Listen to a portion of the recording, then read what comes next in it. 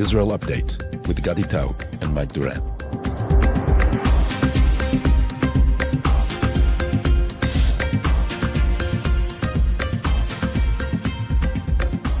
Hello and welcome to Israel Update. It's been 298 days to the war. It's July 30th. It's a Tuesday. I'm Gadi Tau in Tel Aviv.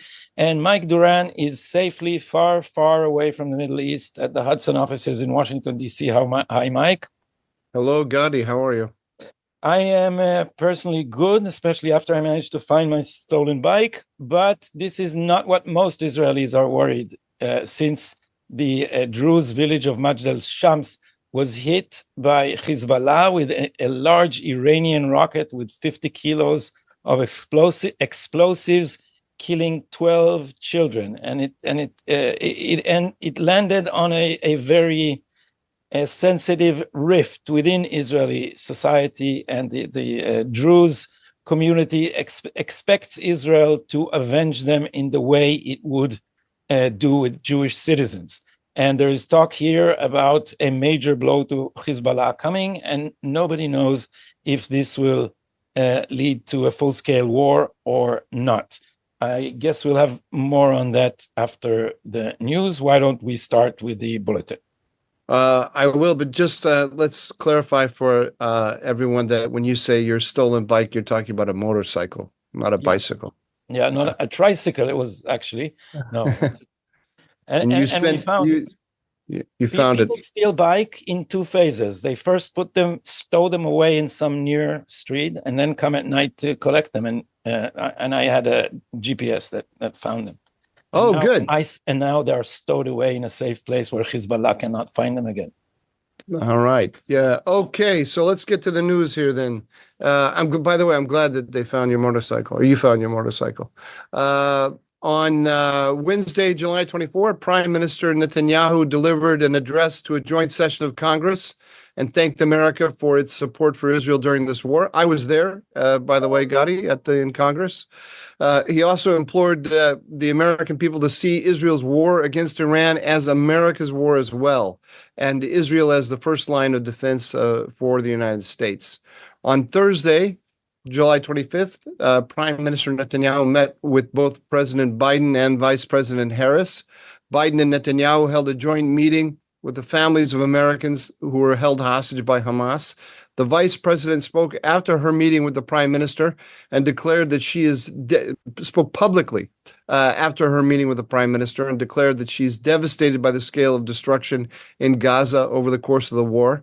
And therefore, Netanyahu must agree to a ceasefire deal immediately. Netanyahu, after that, hinted that these comments may have made a hostage deal harder rather than easier to achieve. The next day, Friday, on the 26th, Netanyahu met with President Trump in Florida. Trump declared that he had never had a bad relationship with Netanyahu, and he slammed Vice President Harris for her comments after her meeting with the prime minister. On Saturday, as you mentioned, Gadi, a rocket launched by Hezbollah hit a soccer field in Majd al-Shams, a Druze town in the Golan Heights, killing 12 children who were out playing soccer. Prime Minister Netanyahu and Defense Minister Gallant both declared that Hezbollah will pay a very heavy price for this attack. And as you say, we're still waiting to find out what that will be. Yesterday, on Monday, a right-wing crowd attempted to breach the IDF base of Sde Teiman. Actually, I think it did breach the base. This is where Nokba terrorists, these are Hamas terrorists, are in detention. And it caused the breaching of the base caused an uproar across the country. The crowd came because the military police were investigating soldiers for torturing a Palestinian terrorist in custody there, and they opposed the effort to arrest these guys. To arrest the soldiers who were detaining the Palestinians. You and I think we'll have much more to say about that. So back over to you. Yeah, let's start with the most recent, this Teiman incident. The fact that some soldiers were arrested there, and all the riot that broke after that.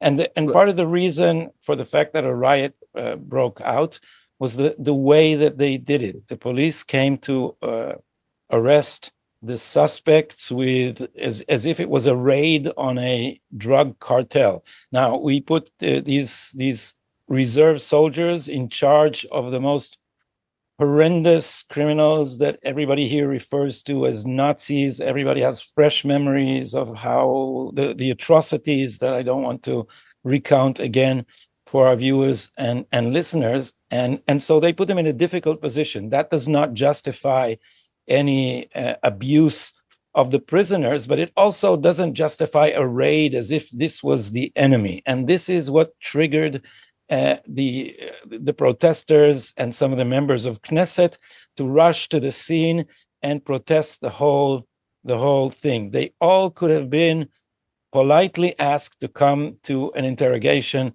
They all would have, but this might comes in context, if I may use this much abused word by university presidents. And the context is that people feel that the authorities, and especially the different legal advisors, are shackling the IDF's hands.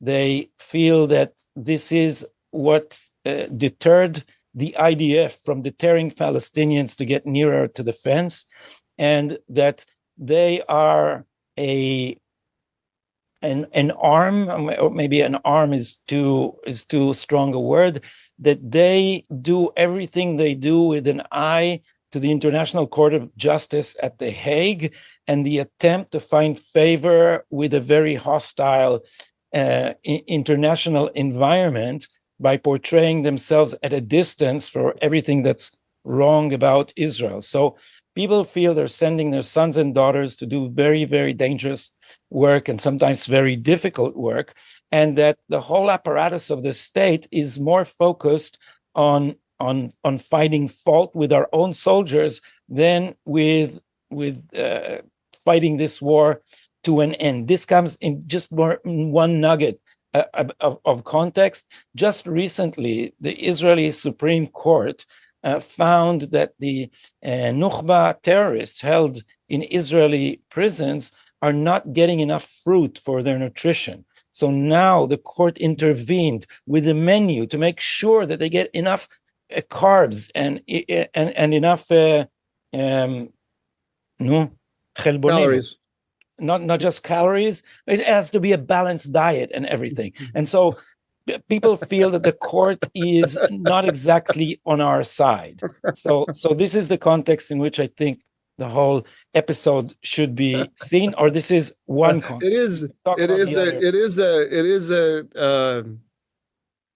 It does say something about the ridiculousness of the purview of the Supreme Court, that it's making decisions about the nature of the diet that people are getting in detention. I mean, it's getting down to that level of detail is really amazing. Now, I followed this quickly, and I read some things on social media. Let me ask you to explain them to me. By the way, there were two phases to this protest. People broke in. When the soldiers were being arrested at the State Teiman, people broke into the base there. I think the soldiers put out the call, I think, on social media and said, "Come help us." If I understood correctly, and then the soldiers were arrested, I think, and taken to some place called Beit Lid. Is that right? Yeah, that's where they were brought before a judge there, and that's also a military base. Yeah.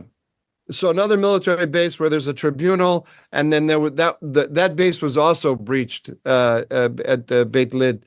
By the way, Prime Minister Netanyahu, Yoav Gallant, the defense minister, the president, Herzi Halevi, the chief of staff, they all put out statements saying that this is absolutely unacceptable behavior, breaching military bases, and that it also endangers the country because soldiers that were on actually on assignment in Gaza had to be pulled out of Gaza in order to protect these facilities from the protesters, et cetera, et cetera, et cetera. Okay, there was something I didn't understand, and that's that I saw a number of references to the Bibas family.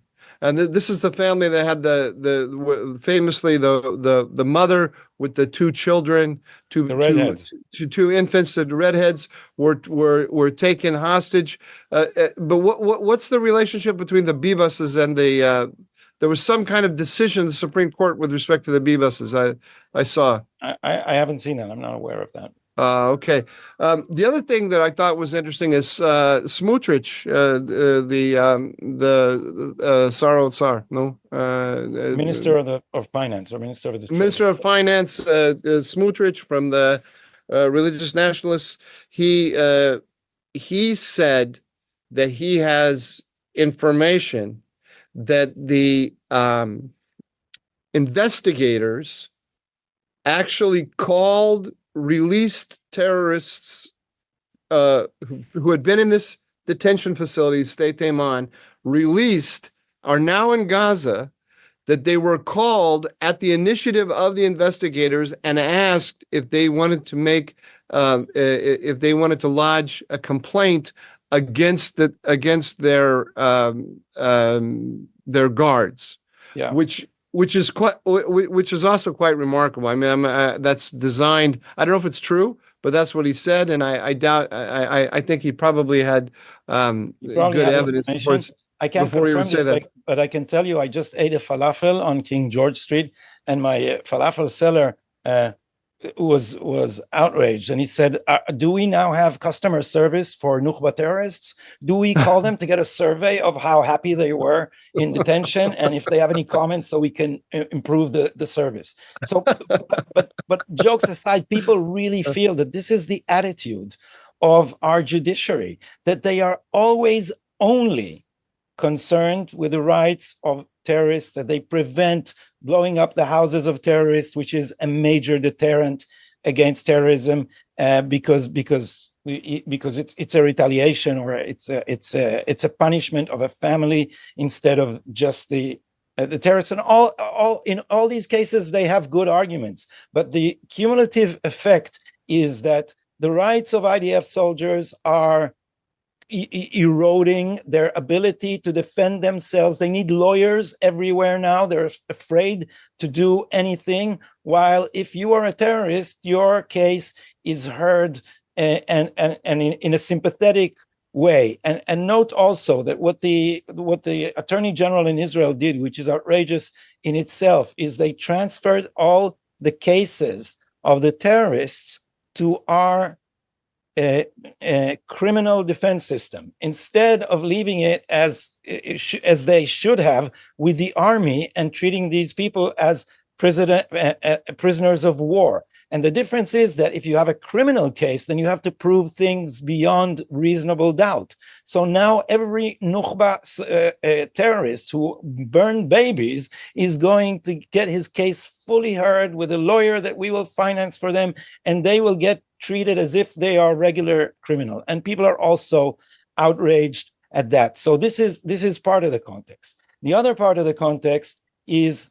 that all the mainstream press and all the left-wing politicians suddenly were outraged with dragging the army into politics and defying the chain of command and anarchy. And you know, we had a whole year of BLM-like mostly not peaceful protest here, and suddenly these same people are saying, "What?" I read Nadav Eyal, one of your favorite journalists. He was a cheerleader of the objectors, of those who walked out on the army, who said they stopped volunteering. In fact, they threatened the army not to report to their service. So he was a cheerleader, and suddenly now writes, "You cannot defy the monopoly of the state on violence." He quotes Max Weber for us to remember that there is a chain of command and a state is an orderly thing. And suddenly these same people are preaching to us about all this. And if you look at Hebrew Twitter, like 2/3 of right-wing the right-wing feed are just talking about the hypocrisy, because the hypocrisy is just mind-boggling. If you see the president tweeted out, this country there is a rule of law in this country, and you would see like 1,500 reactions underneath his tweet, most of them saying, "Oh yeah, where were you when these people lit bonfires and blocked Tel Aviv arteries?" And but they also actually traffic arteries. I mean, they also actually breached a police station and released a person who was in custody, didn't they? Did they not? Yeah, I'm beginning to get the feeling that you watched my video this morning, because I tweeted out a funny one about that. His name, it was very funny because they protested in front of the house of the owner of Channel 14, Mr. Miralshvili, who is a millionaire who owns Channel 14. So they went to harass him privately because he finances a right-wing channel. And apparently they went wild there, and the police arrested a guy, and then they put it in the Glilot police station, and the demonstrators stormed the station, and then put a siege around it, and eventually had him freed. And I don't know if you remember, I wrote a piece about that this all sounds like the storming of the Bastille, until you realize that guy is actually the CEO of a large car importing firm. So in Israel, what is happening for already a year is that the upper classes are rioting against the lower classes. And these are not sans-culottes. These are not sans-culottes freeing the oppressed from the Bastille. These are the privileged who don't think the law applies to them. And so when they did that, that was justified protest. But when these I'm not defending people who I was gonna say I want to play devil's advocate here, or point out a couple of things. Number one is, you're not advocating torturing of prisoners, because this started, of course, when there was a prisoner came to hospital and his genitalia and anus showed signs of violence. And so that's where the investigation began. And I'm assuming that that's all true. Then, secondly, still, Mike, we also have to say that we don't know. We don't know. We don't know the guards, or maybe by other prisoners. We don't know. Well, okay, it has to be investigated. But listen, I'm going to do something that I never do. I'm going to read Ben Caspit to you sympathetically. Okay, because he makes an argument here, which is a serious argument. And it goes like this. This is the middle of his column today. State Teiman, the base where human scum from the Nukba force are held. Nukba force is the elite units of Hamas. Has been under critical international review. At least two large so he's talking about the ICC, ICJ sort of reviews. Mm-hmm. At least two large investigative reports have been published by major news outlets about the turn of events on that base. Israel is currently in the crosshairs of two important international tribunals, which are waiting with a decision about issuing arrest warrants, and it is under close scrutiny amid demands to end the war for the alleged war crimes. Under that set of circumstances, there isn't a military advocate general in the world who would refrain from ordering an investigation upon receiving information of the kind that was received by the military advocate general, Major General Yifat Tomer Yerushalmi. Israel is a state of law. Its institutions, including the IDF, operate in accordance with the law. That is what has allowed us to keep our heads above water since 1948. Despite the fact that we have been holding millions of people under military occupation, that is the legal definition in the absence of a decision to annex the territories since 1967.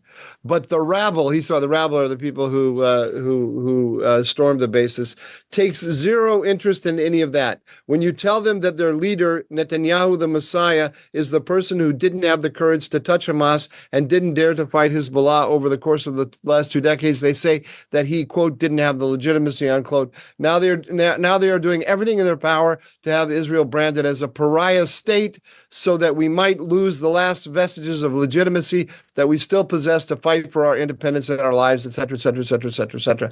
There is this fight in the international world. Today, we have news that the British are moving towards an arms embargo on Israel because of all of this kind of thing. Israel does have to fight in those arenas, and therefore you do want to have a squeaky clean reputation, do you not, Gadi? Yes, but you cannot have a squeaky clean reputation. You will always have problems, and rather than doing something to, alleviate the terrible images, or at least what Israelis suspect, is that the law enforcement and the judicial arm of the state is trying to make a whole show of humiliating these soldiers in order to find favor with the International Court at The Hague. So this plays in the exact opposite way than Ben Caspit is trying to portray, and Ben Caspit is a propagandist, and he's using this as propaganda against the right. But note, Mike, I started this conversation with saying that they stormed them like it was a drug cartel. Their agents came with masked faces in the middle of the day like a sting operation. There was no need for that. We could have done all this in an orderly way. We could have had the Army Attorney General, it's called the Attorney General of the Army, give out a statement that there are suspicions and that Israel is has a rule of law and that we are going to investigate everything and be totally transparent. And that's not what they did. They treated these soldiers like enemies. And then look, what is happening in the Israeli mind is exactly the opposite. They say, not only do we have The Hague on us, we also have the press who are trying to make a show out of demonizing the right. And we send our sons and daughters to do this terrible work in order for the army to then make a show of castigating them. And then people laughed at Herzi Halevi. The chief of staff came immediately to Bet Lid to investigate the case and to reprimand everyone. And people said that was much faster than you appeared on the 7th of October.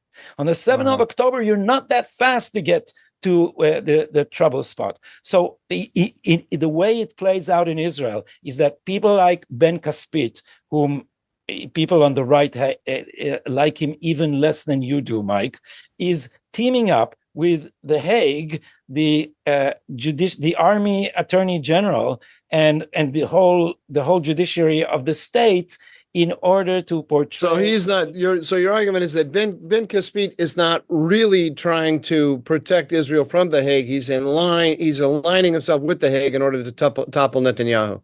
Yeah, I'll give you a rule of the thumb. Ben Caspit says nothing that, in his estimation, cannot hurt Netanyahu. If he doesn't have anything to hurt Netanyahu with, when he orders a burger, he looks for a burger that he can say is cheaper than the one Netanyahu bought for Sarah on the plane. I can't play devil's advocate too far, because I tell you win the argument with me on that when you're. But okay, there's probably a lot more to be said about this. One I want to say one little thing, which is just that the Supreme Court in Israel, when it gets involved with these things, you mentioned in passing, I'm not sure that all of our viewers understood, you said that the Supreme Court ordered that the military couldn't fire on people who came close to the fence.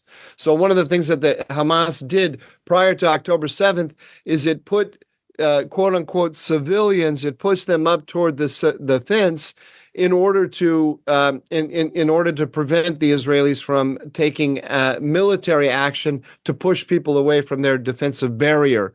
And the Supreme Court decided that these kinds of operations designed to push people back were unacceptable. So this is actually we need to be precise on that, because you're right in the essence, but the details are but technically that's not accurate. What happened is there was a parameter, and back in the beginning of the millennium, the 2000s, Doron Almog was the commander of the Southern Theater, and he ordered 1 kilometer from the fence is a death zone. Anyone who enters the death zone is shot in the head and killed. And so human rights organizations began to submit appeals to the Supreme Court that this is not fair, not legal, and so on. And the Supreme Court intervenes in everything in Israel, including things that are purely military. And the thing is, the Supreme Court, what happened is that the Attorney General of the Army kept changing the rules of engagement in relation to what he thought or she thought, depending on what time, would be something acceptable to the court.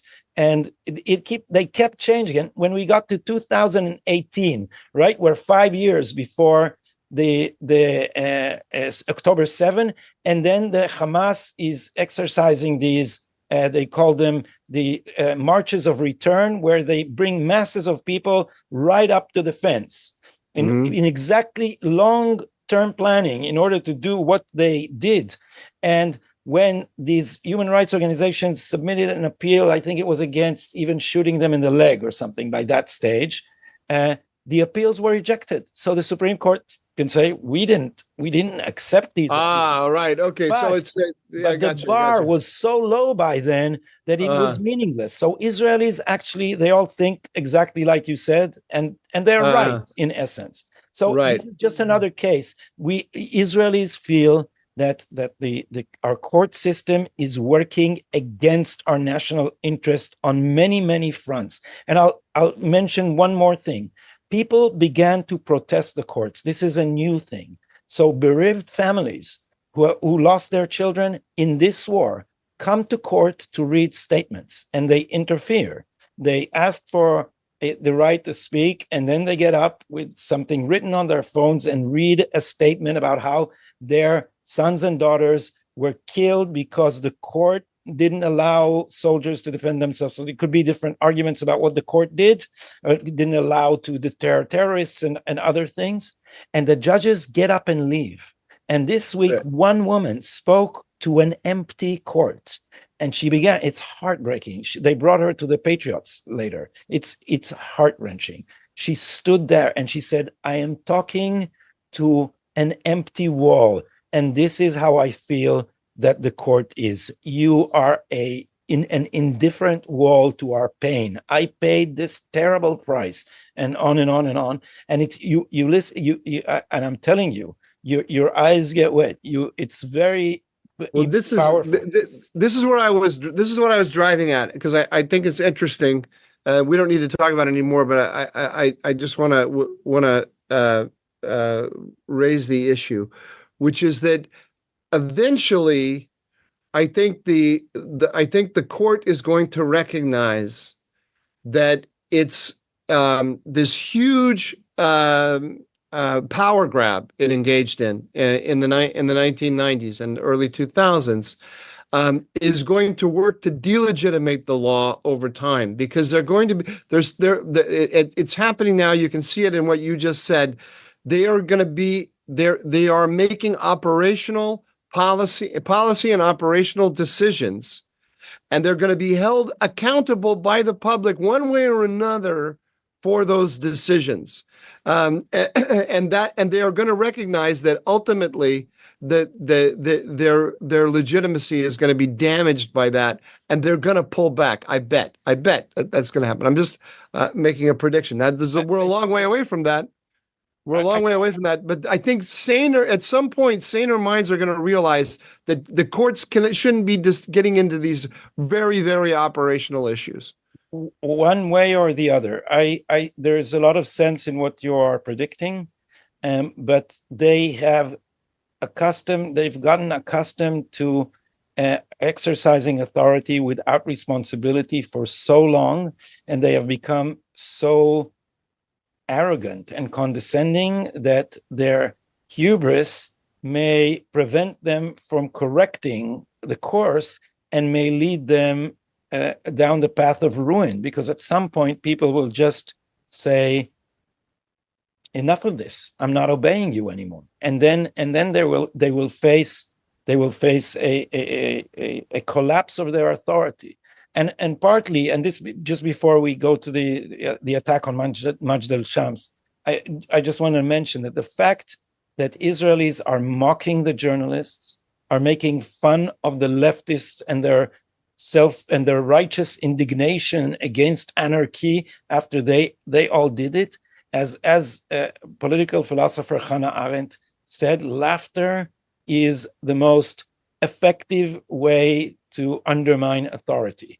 And I think that the press is losing authority, and you can see it happening in the United States as well, where you see more and more people mentioning to, I don't know, those who praise Kamala Harris now, that Joe Biden has never been sharper. And so something is changing. Yeah. Okay. Majd al-Shams. So the issue here is that the Israelis are in a very, very difficult situation. I don't think we can exaggerate how difficult the situation is. And the problem is this: it's because of the offense dominant regime that the Iranians have established with their drones, missiles, and ballistic missiles. And offense dominance, you will forgive me, Gadi, just in case someone hasn't been following us. Offense dominance says, you have a Kevlar vest, it costs $2,000. I have a pistol. I shoot my 6 bullets into your Kevlar vest. Your Kevlar vest stops 5 of them. It's a fantastic interception rate. It's better than the manufacturer says. You can be very proud of your Kevlar vest, but there's 2 problems. One is you're dead because my 6th bullet got through and it hit you. And the other thing is it costs you $2,000 to protect you, and it cost me $12 to shoot those six bullets at you. That's the situation that Iran has against Israel right now, and especially with Hezbollah. Hezbollah has over 150,000 rockets and missiles directed at Israel. Some 10 to 20,000 of those are precision guided. It can overwhelm all of Israel's systems. There's no way that Israel can suppress the fire from Lebanon. There's no way. If it goes to full-scale war, there are going to be thousands and thousands of missiles fired at Israel and all of its critical national infrastructure. Even at a phenomenal interception rate, there are going to be hundreds of rockets and missiles that are going to hit, and many of them are going to do damage like this one that did in Majd al-Shams. In Majd al-Shams, apparently the alert was sounded, but it wasn't sounded fast enough because unlike many hours close to the border, so that by the time the alert sounded, the rocket was already hitting. One presumes that Hezbollah was not actually trying to kill children. It was probably trying to hit a base nearby, but this is what's going to happen. People are going to die. Lots and lots of Israelis are going to die in this war. And Israel has no plan to actually end where it can suppress all of the fire. It can just cause enormous pain on the other side, but it cannot suppress the fire, as we're seeing in Gaza, how hard it was to suppress the fire in Gaza. Also, the Israelis cannot guarantee that the Iranians will not get involved, or the Iranian proxies from Iraq and Syria. And in order to keep the Iranians out or to help protect Israel, Israel needs the United States. It needs the systems that the U.S. has. It needs the allies, the missile defense system, the regional defense system that the United States leads. and it also needs material from the United States because the interceptors for Iron Dome come from the Americans. So it's dependent politically, and the Americans are sending a very clear message to the Israelis: don't hit anything in Beirut.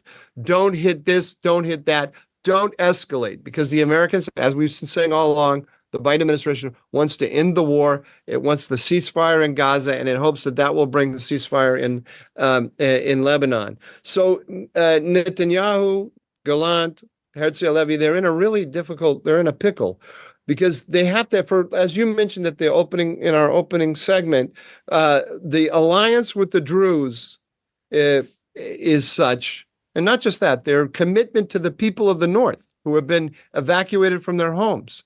The commitment to the Israeli public to say, we are defending your homes, we are going to defend the north and get you back to your homes, is such that they have to carry out a significant action against Hezbollah. Their need to reinvigorate their deterrence against the Iranians, against Hezbollah, against Hamas, against the Houthis, means there has to be a significant response. They cannot take this sitting down. The fact that the Americans are putting so much pressure on the Israelis not to escalate means they have to do something significant, because they have to show the enemy that they will not allow the Americans to totally restrain them. So on the one hand, there has to be a significant response. On the other hand, they don't want it to go to major war, because major war probably cannot be won in any kind of simple way at this stage, and the Americans are not there to support them. If you don't have U.S.-Israeli cooperation in the war, it becomes 10 times more difficult. So this is a problem we're in. And what is, in your estimation, is the calculation of Nasrallah and Hezbollah? What is their view of a possible escalation? They know exactly where they have the Israelis. They know exactly Iran, Nasrallah. They understand the pickle that I just described, and they are very carefully calibrating their attacks to be. They did not intend to hit children in Manjal Shams. They've been trying to avoid responsibility for that. Yeah, that was a mistake. That was a mistake. And so what they do when they make a mistake like that, mistakes like this happen in war. The Israelis made mistakes like this. Remember the Kafar Khan, that's during the 2006 you're talking about, but I'm talking about in this war. Remember the Israeli hostages who freed themselves and were trying to make their way to the Israeli lines, got killed. And people just the other day in Lebanon, or a couple of weeks ago in Lebanon, the Israelis killed a girl by mistake, and so on. So this happens. It happens in every war. There's nothing you can do about it. So what do? If you're Hezbollah and you make a mistake, the first thing you do, you call Amos Hochstein. Yeah, you get your Lebanese non-Hezbollah minions to call Amos Hochstein and say, tell the Israelis not to escalate. We don't want a major escalation, et cetera, et cetera. And then you bring the Americans to bear. And so Hezbollah is not interested in a major escalation at this moment, and neither are the Israelis. But Israel needs to do something. I'm trying to summarize what you just said. Yeah. So wouldn't everybody be relieved that the American pressure is forcing us to de-escalate? Can I use the Hochstein term? No, because Israel is losing. Israel is losing because for the first time in the history of the country, territory inside Israel is being contested by Israel's adversaries, and Israel's having to evacuate. Israel will start a war with Hezbollah eventually, have no doubt. I wrote a piece. I think you saw the draft even before it was published, that said war with Hezbollah is inevitable. The question is of timing. And so and I've said this on television. I sat on a panel where the winds of war were blowing strongly, and people are saying we have to now. And this is not the time for calculation. We have to show them that we can be reckless too, and we can send Lebanon back to the Middle Ages and and so forth. And what I said is that this is a complicated, major war, and you don't start a war because of an accident. We will have to fight this war, but we have to be ready to fight it, and we shouldn't jump the gun. And it's very difficult. And in this sense, I'm saying that Israel, that the American position may offer everyone a chance to climb down the tree. If is that an expression in English? We say when someone maneuvers themselves into a radical position, they climb up a tree. So I'm not sure this is the time. I don't contest your general estimation that what happened here to Israel is something Israel cannot acquiesce to. But the question is, do you think that this will ignite the war that we are all thinking about? Well, we're on. If I have to bet, I bet it will not.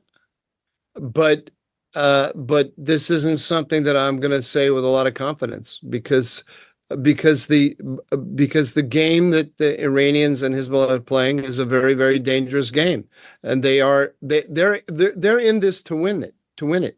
These are not symbolic attacks.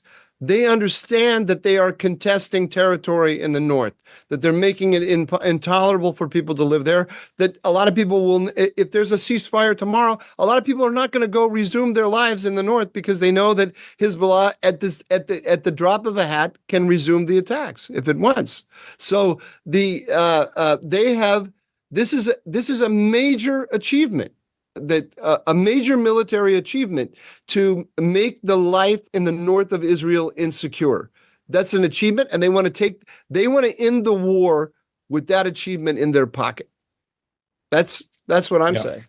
And that's impossible. And what I'm saying is that this is impossible. That we cannot live with such an ending to the war. And I don't think that's what you just said. It is what I said. No, because you said they want to climb down now. I said they want to climb down from the timing, not from the war in general. They do not want. What I said is, and this is what I said here on television too. We don't want to start this war because of an accident if we are not ready. Now, this is a conversation all based on ifs, because I don't know the state of readiness of the IDF. I am guessing that we don't have the full force that we think we need for a full-scale ground invasion, which will come. So there has to be a significant ground maneuver to this for Israel to end the war, saying that it got absolutely. But what I'm saying, and this, if you didn't understand me correctly, so probably so did our viewers. So I want to be clear on this. The war is inevitable, and Israel is going to fight it because it's not going to live with an evacuated north. I've been saying this since the beginning of this war, saying that this is just the first act in a long drama that is going to be a whole chain of wars until we manage to break the Iranian noose, the Iranian drive to hegemony in the region. But we don't want to jump the gun if we do not have the wherewithal, the materiel to fight it to the end. And the political backing in the United States. Now, let me tell you why I disagree with you slightly, and why I interpreted you differently than you interpret yourself. And that's because here's a scenario that I have in my mind. Next week, there's a ceasefire agreement between Hamas and Israel. And that leads to a ceasefire in the north as well, or a petering out of the attacks between Hezbollah. And then there's some kind of shuttle diplomacy by Amos Hochstein between Israel and Lebanon, which calms down tensions. There's no announcement by the Israelis that they've ceased fire in Lebanon. There's no announcement by Hezbollah that they've ceased fire, but effectively it ends. So that with an indeterminate end to the fighting in the north, And we have an extended ceasefire in the south, and then people start to go back to their homes in the north. So effectively, the war is over. But at least this round in this war is over, and that can go on for years like this, right? Yeah, I mean, you in your article in which you discuss this as the first or the second Israeli-Iranian war, you likened it to the rounds of wars between Egypt and Israel. You said this is the 56th war. The next war after 56 is 67. Yeah, it's 11 years later. So if there is a ceasefire next week or a month from now in Gaza, we can end now with I would say in such a way that Hezbollah wins this round on points, because of, like I said, it made life in the north unsettled. And there's no inevitability to me, in my mind, that then next year we have a war with Hezbollah and Israel. Yeah, so my point, and it has been my point since the beginning of the war, is we have about 80,000, I think the number now is the evacuees from the north. These 80,000 people are a constant pressure group. And as long as they are not satisfied or resettled, then it is not just the fact of an emptied swath of land in the north of Israel. It is also a sociological group that will continue to pull on the not just the government but public opinion in Israel. So I think there will not be 11 years that we can postpone this war. Okay. Before we move on, let me just make one point to that, which is why I think something you and I have been saying, but this is, I think, is a great way to sort of sum it up here, the kind of joint perspective that we have.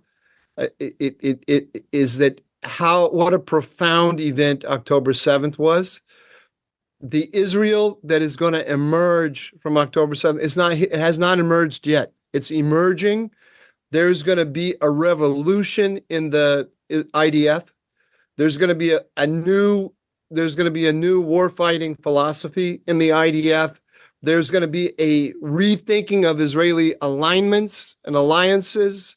The lessons that are going to be learned from this are going to be very deep, very far-reaching. They're going to have diplomatic, military, economic, sociological. It's going to be huge. A year from now, Israel is going to be a totally different country than it is today.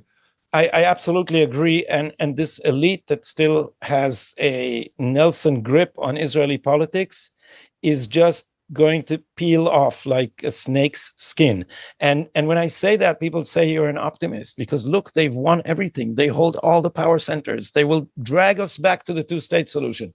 But I completely concur with you, Mike, and I want to congratulate you on your subtle reading of the Israeli psyche, because what happened is a tectonic shift. And when I want to make a provocation on Israeli television and they talk about Ben Gvir and Smotrich and the fact that this is the most right-wing coalition that Israel ever had, I keep telling people, 5 years from now, you'll remember that moderate coalition that Benjamin Netanyahu had, in which today's center, which is Ben Gvir, used to look like it was the extreme radical right. That's the meaning of yesterday's events at State Teiman and they think, because you remember what they managed to do with the Itnatkut, the disengagement of Gaza. There was a huge protest, and it was brutally suppressed. It's a January 6th kind of suppression. They put people in custody without in illegal custody without bringing them before judges. They put people in matzar. Custody? No, it's detention. They put people in detention by groups. Groups were brought before judges, and a judge put a whole group in detention. And they treated anyone who protested, anyone who blocked a road, they treated them like terrorists. And the protest was suppressed, and it was suppressed in the press. There was also there was one right-wing outlet, which was a radio operating from outside Israel's territory in order to evade our laws of licensing broadcasting, like, by the way, like a left-wing Voice of Peace radio. Kol HaShalom. Kol HaShalom, Abi Natan, which broadcast I remember Kol HaShalom with I used to listen to that all the time. What was his name? Forgot his name. Natan. Abi Natan, yeah, right. Yeah, he was a peacenik. So they had a ship, and they were outside Israel and played lots of Donna Summer songs. Yeah. So when the right did that too, the Supreme not Donna Court, Summers. What's the name? The Mike, Supremes. Concentrate, please. I'm sorry, the Supremes. The Strain your Supremes. nostalgia for a minute. Come on, I'm allowed to have nostalgia. I had a youth. Bonnie M. It was Bonnie M. Sonny. No, what do you call it? In the Supremes. What's her name? With the Supremes. Diana Ross. Lots of Diana Ross songs from Abi Natan. So the jury will disregard the last remark. And so the right also bought a ship and started broadcasting like Abi Natan, but the Supreme Court closed it down. So people felt there was no way to protest in the press. There was no way to protest in the streets. There's 700 indictments were delivered to protesters and road blockers in the disengagement from Gaza. How many indictments now, Mike? We've had this conversation before. Zero now for all the road blocking. So people felt that their right to protest was suppressed. And now, after the fall of judicial reform, the augmentation of the power of the Supreme Court, even beyond its huge powers before, and the fact that the same kind of clique also rules the brass of the IDF, people think that, okay, these elites won, but they haven't won. They haven't won because this structure is teetering because it's built on sand. And they used to be able to have full control of the narrative, full control of law enforcement, full control of the army, full control of the Shabak. They still have something akin to that, but they don't have soldiers anymore. So they are just generals, and you can sense their hysteria. It's hysteria. Now, when they say that they're afraid of chaos, it's not just hypocrisy. They're really scared. They don't understand what genie they let out of the bottle when they thought that they are above the law and can defy orders. And now the norms have been eroded, but also the psyche has changed. We are now fighting for our lives, and Israelis will not accept the idea that these condescending elites will just stifle our voices and ride our backs. Interesting thing about this is that in the I wrote that article with John Kasapoulou about Star Wars versus Mad Max. In the Star Wars vision of warfare, the wars can be won by a combination of Air Force and Special Forces and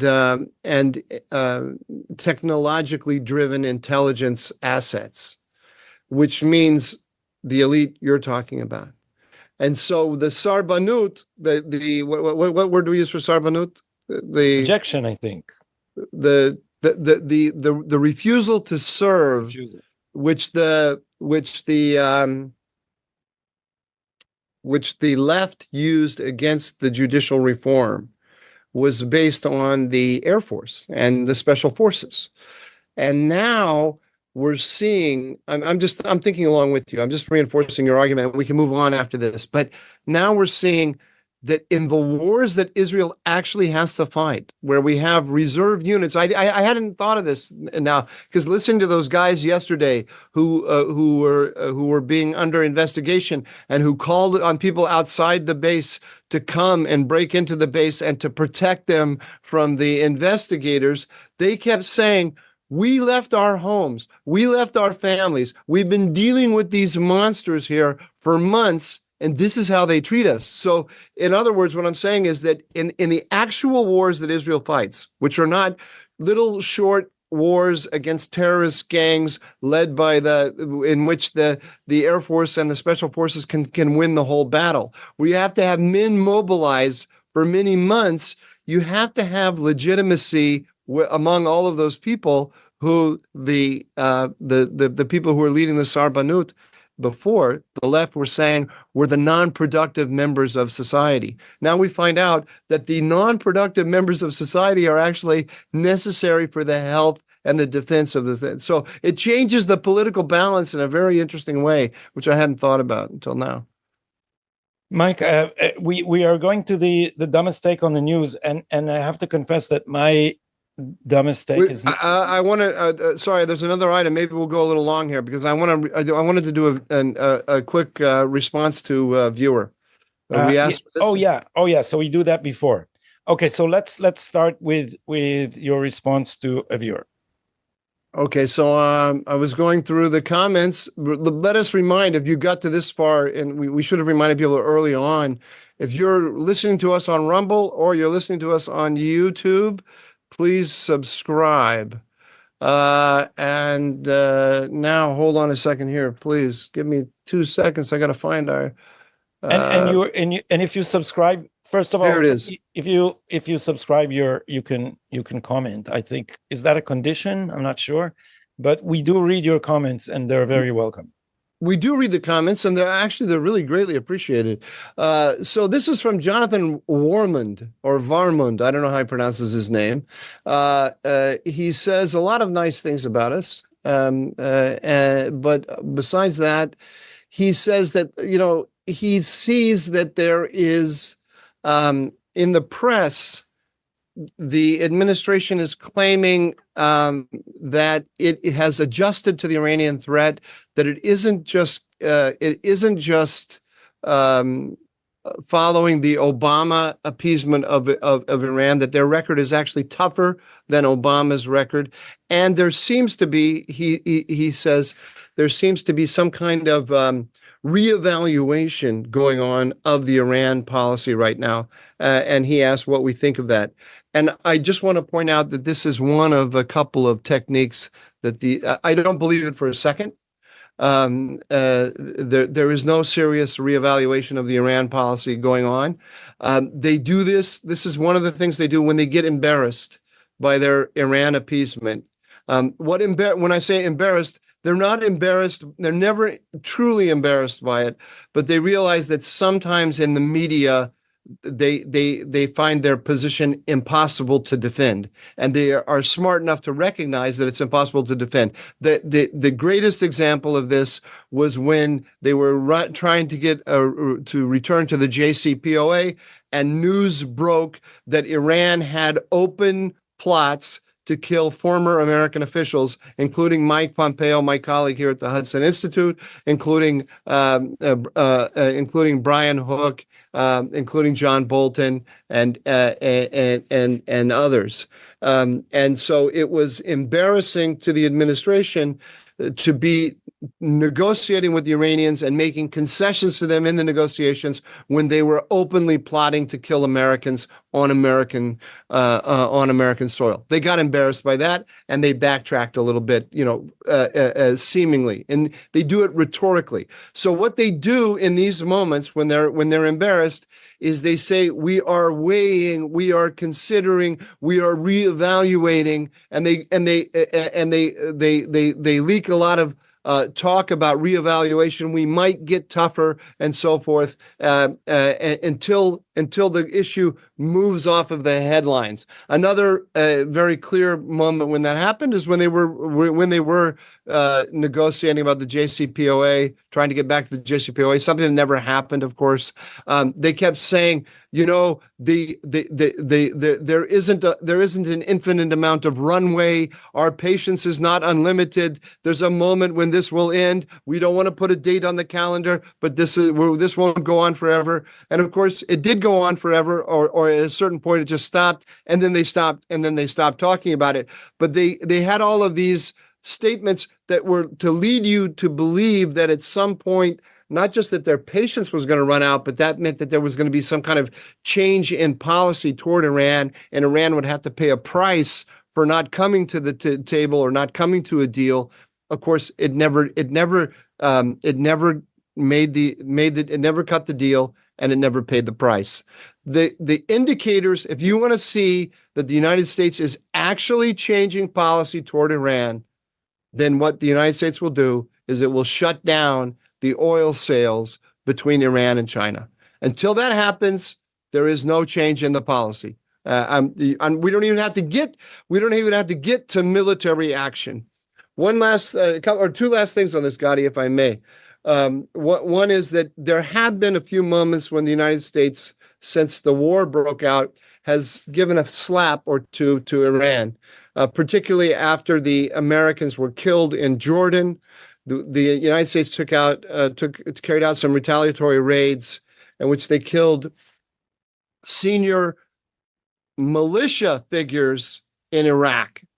But Arabs, that's it. I was going to say, take note. They did not kill an Iranian. They were very careful not to kill an Iranian. When they have carried out operations against the Houthis, they have all been defensive operations against missiles and rockets that were about to fire, and against facilities for firing. There was nothing like what the Israelis did against Hudaida just 2 weeks ago, which really, what the Israeli operation in Yemen really showed you the kind of stuff the Americans are not doing. The other tactic that they have in this protecting this policy, and Gadi, the left is exceptionally good at this, partly because they kind of really truly believe it, I think, but they always present their policy as working toward Sugar Mountain, right? With the lollipops and rainbows on the way. So we're going to have when Obama cuts his deal with Iran, this is going to block all pathways to an Iranian bomb. If you actually looked at the deal, the JCPOA did not do that. It objectively did not do that. It actually paved the way to an Iranian bomb. But they have this public relations machinery that says, no, we're on our way to Sugar Mountain and we're going to get there. Look at it. Same thing. They're doing the same thing to the Israelis now with Gaza. We're going to have a revitalized Palestinian Authority with a two-state solution, so on and so forth. But shut down the war immediately right now. So if you look at it very clearly, if the war is shut down immediately right now, and remember, we found out last week that the Americans were pressing the Israelis not even to have a ground campaign in Gaza to begin with, not to go into Gaza City, not to go into Khan Yunis, not to go into Rafah.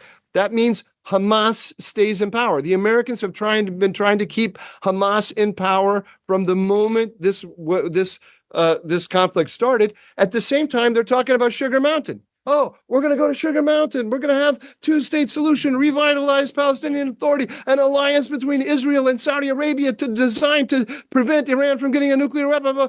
All nonsense, all complete nonsense. I see you're like Blofeld in James Bond with your cat. It's funny. Whenever your cat gets in your lap, it reminds me of all those old James Bond films. Anyway, I've gone on and on about this, but it's in terms of the debate. As somebody, I've been engaged in this for a decade now. It's a fantastic debating tool because if I talk about the situation today with people, I always end up debating their fantasy future, and what people say to me, Mike, but the two-state solution with a revitalized Palestinian Authority, that's the only solution. And what's your solution, Mike? And you know what? I think we should have Singapore on the Mediterranean, and we should turn all of the Gazans into high-tech entrepreneurs. And I mean, I don't have a fantasy future. I know all I can offer is blood, toil, sweat, and tears.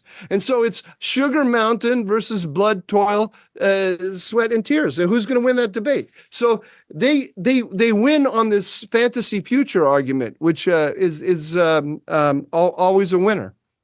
Yeah, they should begin to realize this is diabetes mountain and this is blood, toil, and tears. Blood, sweat, toil, and tears.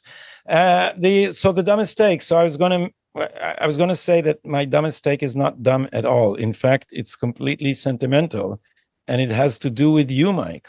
Now, I don't see after they me and my nostalgia for A.B. Natan and Diana Ross. Those were good days, let me tell you. It's more moving than that. So what I wanted to show is this picture, which moved me to tears. It's a picture of you with Noah Argamani and her father in the reception after the Netanyahu speech. And this moved me to tears because, as everyone who's watching the video knows, the famous video with Noah Argamani being taken away on a motorbike is our opening credits. And then suddenly I open your Twitter feed after the speech, and I see you with Noah Argamani, and I didn't think about that. Yeah. You know how many times I thought there is no chance that this woman is coming back, and this is not something you say out loud. You don't want to say this to people, but I thought right, of course, because I saw all her. Tel Aviv is full of her pictures, and I said she's a flower. She's so beautiful. They would have gone after her from the first minute, and she's probably God knows what she went through, and there she is in her nice evening clothes at the speech, and there she is with you. And I must say, I apart from being envious, I was really proud and very much moved. It's amazing that this woman is here, and especially after she was abused by the protesters who purport to speak in the name of the hostages because she went with Netanyahu to the speech at the Congress, because these people are using the hostages, that they pretend to be concerned with the hostages, but they're really concerned with taking out Netanyahu. So she was vilified by all these monsters of the left who said, you're a traitor, it would have been better if we had saved someone else, you should have stayed, because she supports Netanyahu. These people are disgusting, and a lot of Israeli decent people rushed to Noah Argamani's defense. And today I saw on Ynnon Magal's Twitter, Ynnon Magal, the host of the Patriots show, the successful Patriots show, someone posted a video of the reception to Noah Argamani, who came back today. I retweeted that. You can find it on my Twitter feed. Oh, so it's beautiful. People came to say, Noah, we are with you. We came to greet you. You are our hero. We know what you've been through. And they waited with balloons and the Israeli flag, and they came to hug her. And it was very moving. And now that's something of what I felt when meeting them. I wanted to tweet out the picture, but I didn't want to be like you. You feel sorry for somebody in that situation, because like you say, I mean, I'm also overcome by everything that she must have gone through when she was a hostage. But then she's thrown into this vortex, this political vortex, where she's a political football, and nothing in her life. I don't know anything about her, so I don't have. But I'm assuming that very little in her life prior to this moment prepared her to be at the center of this incredibly vicious political fight. So I just wanted to show some respect, and didn't really know what to say, except, it's great to see you here, and you have a lot of courage. Yeah, that's that.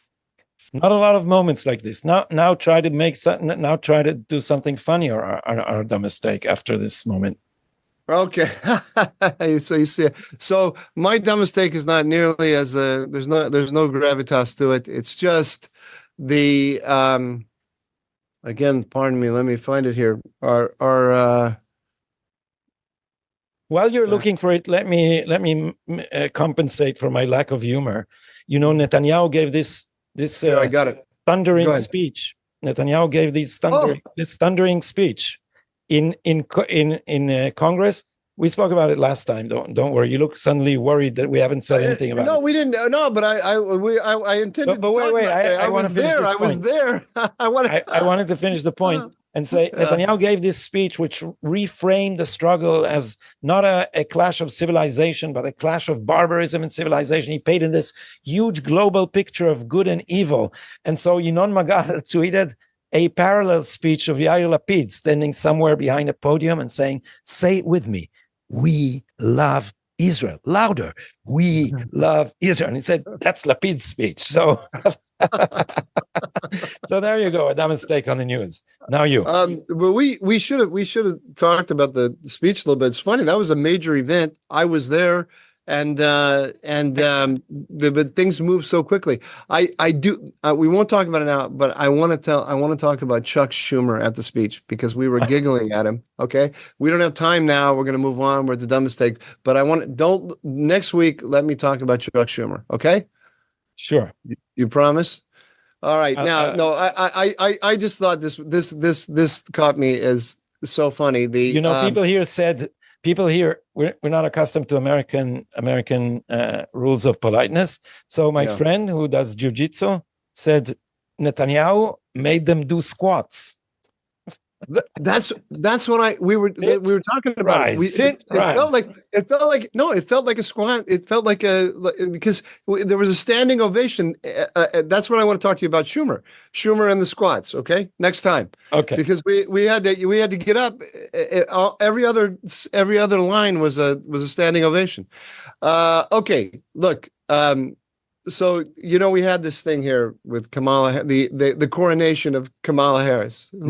Has nobody not been voted into anything, but suddenly she's the most talented politician in America, and so we were the press told us that Joe Biden was at the top of his game, unbelievably sharp. Kamala Harris herself told us that he was unbelievably sharp and in command and barking orders to everyone. And then all of a sudden, the press told us, no, that's not the case, and he had to go. And by the way, back when they were telling us that Joe Biden was so sharp, he was the only one who could lead the country because Kamala Harris really wasn't up to speed. She wasn't up to speed. But then. Joe Biden it was decided that Joe Biden was, maybe he's not that sharp. And then all of a sudden, Kamala Harris is really sharp. She's really sharp. So Semaphore, which is this really high profile media initiative by Ben Smith, I think his name is, formerly of Politico, I believe. Anyway, he has this multimedia thing, millions and millions of dollars for Semaphore, and they have a guy here named Max Tani. I don't know Max from Adam, but he's their media affairs correspondent, and he explains to us. I'm reading here. Kamala Harris has spent her last 2 years as vice president. Why? He's answering the question: why is Kamala Harris getting so much positive press these days? Gadi, do you know why? Are you there? Yeah. Because she spent her last 2 years as vice president repairing a difficult relationship with the national media, an investment that paid off when her sudden ascent to the top of the Democratic ticket came with a wave of positive press coverage. So this innovative media initiative, Semaphore, explains to us the wave of positive press that Kamala Harris is getting because she has upped her game with the press. That's why. That's really unbelievable. So that's the guy. You would in English you say "Liar, pants on fire." In Hebrew we say "Al rosh haganav boer hakova." On the thief's head, the hat burns. So he's basically pointing at his own burning hat and said, well, she ignited it. She lit my pants on fire. It's unbelievable. This is a media affairs guy. He might tell you that we don't have the media. We have Pravda. We have. And these people are shameless, but I wonder whether trust is really eroding or not. My guess is that it is, but I'm an optimist. Last remark, Mike, because we've gone for almost an hour and a half. Yeah. Okay. Well, we better get out of here. We're not Joe Rogan yet, but we're working on it. Okay. So we went for an hour and a half. It's because you know why? Because you talk too much. Yeah. You don't let me get a word in edgewise. A lot of people defended you. Last week, I I read some comment that said that, that I'm fascinating and you're tiring, I think was the word. A lot of people, a lot of ladies, Gadi, they wrote in to defend you. I'm not joking. Seriously, they came to your defense if you didn't see that. And they said, Gadi is not tiring. Gadi has 2 lovely earrings. One person mentioned that. They like your earrings. That happened in my PhD defense. There was a professor, actually a very smart guy from a university down in Mississippi, who was on my defense committee. And the moment I stepped into the room, he said, I'm not good with making American accent. He said, he put on a tie, but it didn't take off his earrings. So it all started on the wrong foot, because I did put on a tie. Someone tied it for me. But you got your degree. Yeah, and I also have people who tie my tie at different conferences. And if she's listening now, she knows who she is. I know who that is. All right, too. Mike. Okay. Thank you very much for letting me speak in the intermissions between your speeches. And I will see you here next week. I think that next week we actually have a special episode. So more details on that coming up. Which means you're on vacation. Is that what that means? No. I'm not going to say anything else because you have something to do to prepare for that. And it's a technical, tiring job. So why don't you roll up your sleeves and I'll tell you everything about it after we close this show. Thank you for being with us. Don't forget to subscribe to our channels, whether on Rumble or on YouTube. And we will be here, or some of us will, next week. Thank you very much.